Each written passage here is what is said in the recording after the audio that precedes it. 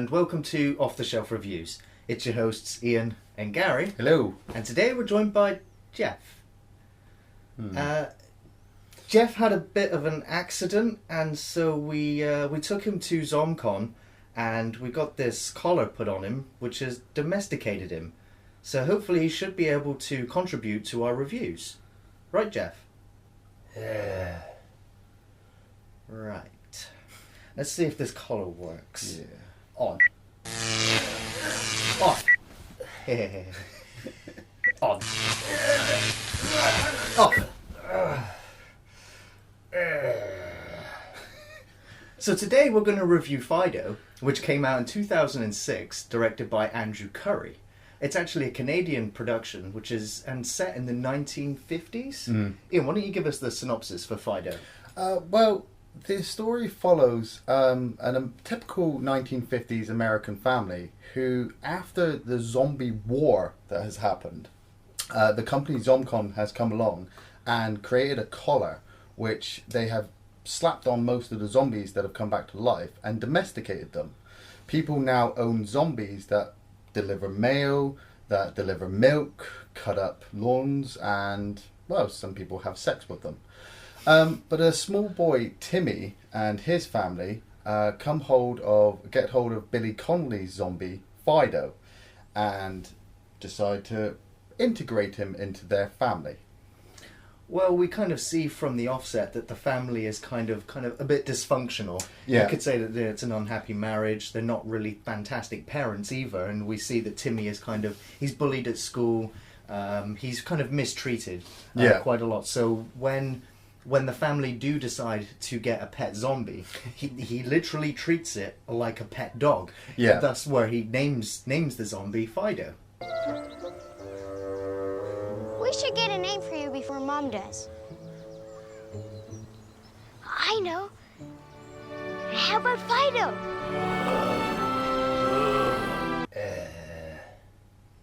You don't agree with the name? So it almost kind of turns into like a Lassie-esque movie. Yeah. Where we see shots of Timmy and Fido kind of walking through the hills, classical music playing, the sun setting, and it's all nice and serene. But at the same time, it is slapped after a zombie apocalypse. Outside the city, in the Forbidden Zone, there is still a nuclear wasteland, what it seems, and hordes of zombies still wanting to get in. The family, you have the mother, played by the beautiful Carrie-Anne Moss. She's 99 pounds of dynamite, and oh, what a lovely sight. When she kisses and holds me tight, she's like 99 pounds of dynamite. And the father, who doesn't seem to take much interest in Timmy's life. He just kind of wants to play golf a lot and, just disregards it. But once they do get Billy Connolly's zombie in, you realise that there's a history there. The father had some traumatic experiences with zombies from when he was younger, and he doesn't like the zombie being around. But then again, it's balanced where Carrie-Anne Moss starts to have feelings towards Fido and enjoys having him around the house and the attention that he does give her. The film really delivers and builds up all of those scenes really nice and subtly as well. It's the scene where she's dressing Fido. Yeah. I think it's for a funeral, and he's just stood there, and he gets a smell of Carrie-Anne Moss, and he has that gruntle reaction, which and she kind of reacts to it as well, kind of awkwardly, but kind of like, at least he likes me, because as we see, this happy couple are sleeping in separate beds. Yes. So it just plays on the fact that this couple is kind of quite dysfunctional. But what I really like about Fido is the exploration of zombies. Don't do that with your teeth, please, Geoff. I will buzz you again. It's kind of like an extension of George A. Romero's Zombie, Bub from Day of the Dead. Yes, definitely. Who was released from his shackles, was no longer a threat to humans. You kind of could have him around. He could use the telephone or attempt to shave or read a book. Yeah. And so what we see there is the extension of that Bub character, made flesh with Fido, where again, when the collar breaks and it doesn't work, he's not inclined to attack someone who he's become familiar with, especially Timmy. I knew you wouldn't eat me, boy. I knew it. See, I absolutely love the detail in this film. I mean, like we said, it's set in the 1950s, so they've got the shiny cars, they've got all the nice clothes, everybody lives in this really nice, polite neighbourhood. Tim Nelson Blake as the neighbour, Theophilus, he's a weird character. He just sits in his garden sunning himself, and he's got his female zombie Tammy, who he likes to walk around and obviously messes with her collar every now and again when he wants to get frisky with her. It is quite disturbing concept, getting frisky with a zombie. I want to get frisky with that one though. No. Don't mess with that. It's okay. But as the film develops, you have this story going on with Fido and Timmy, and it's a really nice, pretty story. But as most zombie films go, the collar does break, and Fido does manage to get hold of some human flesh, feasts on them, and they have a small outbreak in the town of Willard.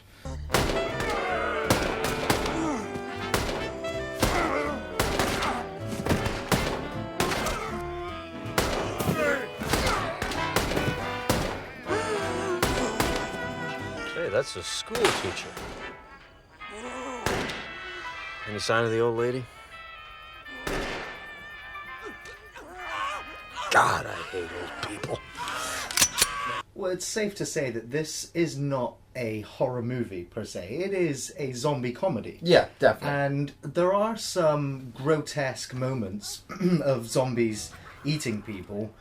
We see a few arms get taken off and a few people getting devoured, including the death of kids, which you don't really see in many zombie movies. Well, Dawn of the Dead.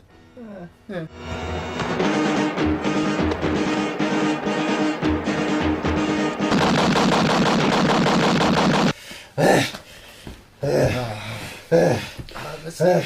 Wait, hold on a second. Here you go. I got something for you. I should keep him busy for a couple of minutes. But like we said, this film is a brilliant comedy, and it just slots in very nicely with just all the zombie movies out there that you might have chew your food. It just slots in nicely with all the other typical zombie films that you may have seen, like Night, Dawn, Day. That is quite gross. But at the same time, has some brilliant comedy moments from Billy Connolly. I think he was just the perfect choice for this film. There were rumours of other actors being chosen, but, Billy Connolly is just Billy Connolly. He is absolutely brilliant. And seeing him stand there with the collar on and the makeup and just every now and again, it's just brilliant. Okay, now Tammy. All right. Okay. It's okay, boy. You want to rip my face off, don't you?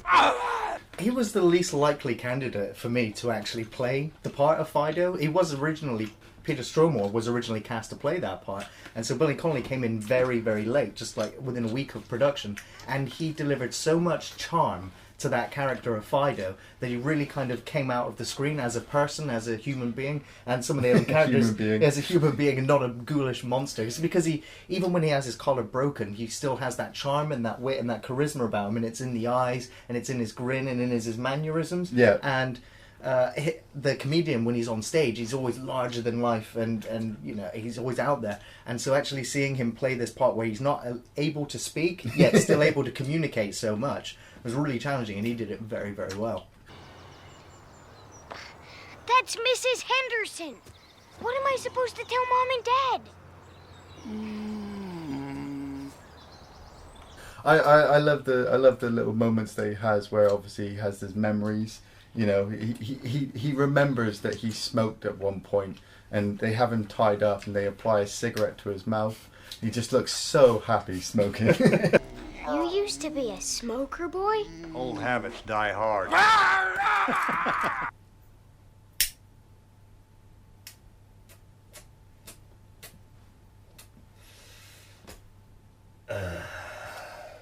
Well, I guess dying can't be so bad if you can carry on smoking.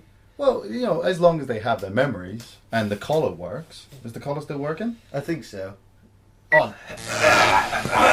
Oh, it's still working. Nice.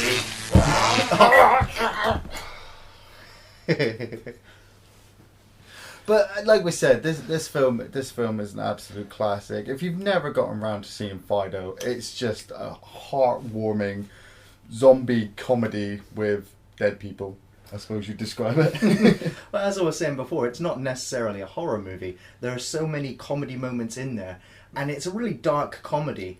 There's a lot of moments, though, that I will say that the film does kind of seem quite padded out. For instance, the whole Lassie setup actually takes a good 15 minutes of the movie. Yeah. And it is actually one of my favourite sequences in the movie. And that is after they've gone off with Fido and Timmy have gone off into the woods. Yeah. And they get attacked, or he gets attacked by the two bullies again. Yeah. And Fido reacts, you know, and takes care of the kids. And, you know, it's the fact that Timmy's kind of then left there. And he's like, you know, Fido, you have to go and get help. And he sends the zombie to go and get help. But it's the dark comedy of seeing the kids in the cabin after he's run in there and locked the door. And you see Fido go in there. And you hear the kids screaming. And you see the hut shaking. And stop it! On! Think about this a little bit.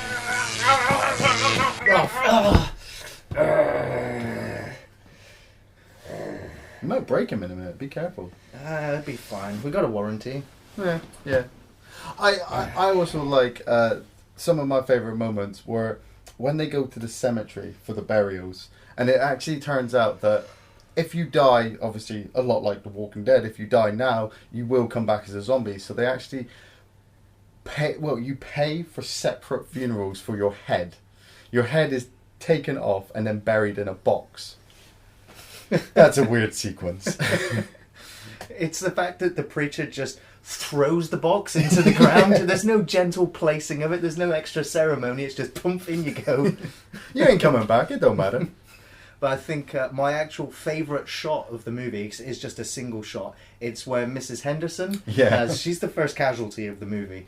And when she rises, the moon is just a massive full moon, and she's kind of silhouetted up against it. Yeah. I was like, it was just a classical kind of filmmaking shot. See, that brings me to my favourite scene where Timmy has come to deal with Mrs. Henderson with a spade, and she surprises him, and he tells her to stay back, and she won't, and then he cracks her in the head, and silhouetted by that moon shot, he's just there smacking her to death with a shovel. It's a good way to dispatch a zombie.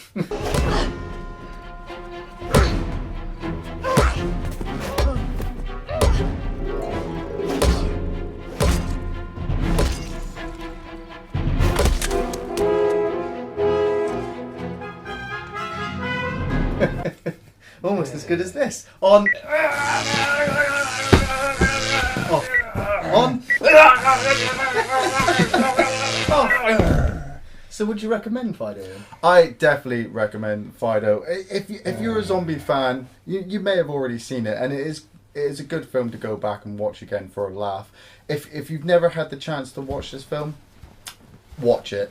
Billy Connolly is astounding in it. The other actors are just as brilliant. The amount of detail they have, and the zombies just look like fun as well. Yeah, I really recommend Fido. It's a film that I don't think... I mean, there's a lot of zombie fans out there that have never even heard of Fido, and it's the film that you recommend to people just because they haven't heard of it, because it should be seen. I wouldn't say it's as good as Shaun of the Dead, although it's arguable, because some people would say that this is perhaps better. Because it's a film that actually uses zombies metaphorically, making social statements, but they do it very subtly. It's not in your face. The whole film is very well put together, and I would love to see these filmmakers go on and do other projects. I mean, this came out in 2006. So I'm not really sure what other works they've done. But Fido 2.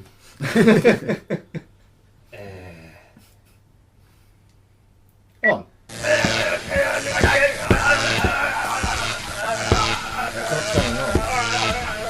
into it? I don't know, it's not turning off. Off!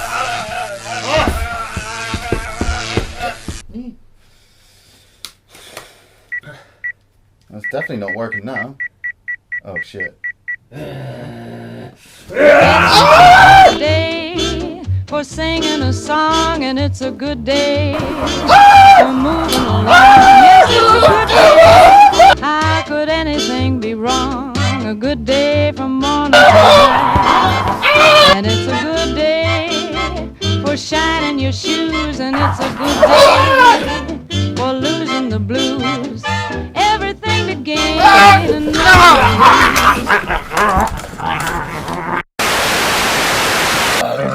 to lose.